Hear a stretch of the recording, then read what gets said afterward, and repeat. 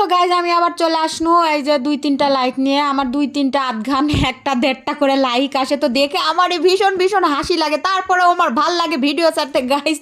তারপরে আজকে ছোট মাছের রান্না নিয়ে চলে আসছি। আজকের ছোট মাছে যদি একটা লাল টুসটুসে একটা টমাটম হতো, কি যে স্বাদ হতো গাইজ। তো প্রথমে পেঁয়াজ, তারপরে কাঁচা লঙ্কা, তারপরে হচ্ছে কালো জিরা, তারপরে শ্বশুরের তেল না কি দিলাম, বাপের তেল যেটাই দিই, তারপরে লঙ্কা গুঁড়ো হলুদ গুঁড়ো দিয়ে সুন্দর মতো ভুনে নিব। তারপর ভুনা হয়ে গেলে আদা বাটা রসুন বাটা দিয়ে দিব।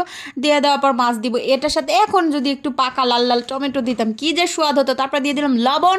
তারপর লবণ দেওয়ার পর দিয়ে দিব ছোট মাছ, এটা আমি সুন্দর করে কুটে বেছে রেখেছিলাম। এটা খেতে যে কি পরিমাণ মজা হয়েছিল গাইজ। আমার ভিডিও দেখে আমি হাসতে হাসতে মরে যাই। আমার ভিডিওতে কয়টা লাইক আসে জানো গাইজ?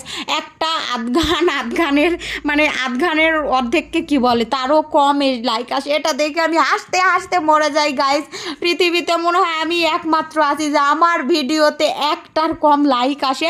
একটা তো আসেই না, একটার কম লাইক কি আধঘান মানে অর্ধেক লাইক আসে। এটা দেখে আমি যে কি পরিমাণ খুশি হই গাইজ। আজকে রান্না কিন্তু সেই মজা ছিল খেতে।